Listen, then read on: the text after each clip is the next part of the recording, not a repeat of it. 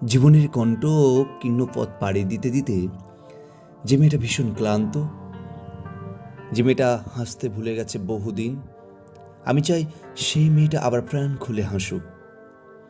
খুব যত্ন করে নিজেই নিজেকে উপহার দিক ভীষণ শখের এক মুঠো কাঁচের চুড়ি কিংবা একগুচ্ছ প্রিয় ফুল। যে মেয়েটা পাওয়া না পাওয়ার জটিল সমীকরণে হারাতে বসেছে নিজেকে, নিজের ছোট ছোট আনন্দগুলোকে, আমি চাই সেই মেয়েটা জানুক জীবন না পাওয়ার জটিল সমীকরণের চেয়েও সহজ কোনো অধ্যায়। সেই সব মুহূর্ত আসবে কেবল নিজেকে ভালোবাসতে পারলে।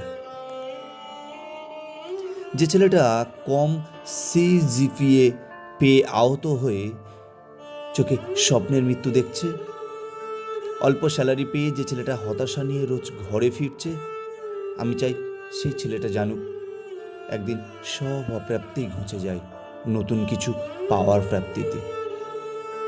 জ্বরের জন্য জীবনেও সুখের দেখা মেলে খানিকটা অপেক্ষা করার শেষে।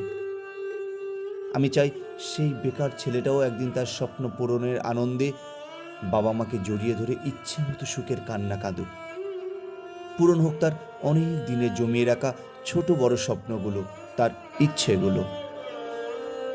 আমাদের সবার জীবনেই ট্র্যাজেডি আছে, না খেয়ে থাকার নির্মম গল্প আছে, বোবা কান্নায় নির্ঘুম রাত পার করে দেওয়ার মতো নিদারুণ কিছু মুহূর্ত কম বেশি আমাদের সবার জীবনেই এসেছে।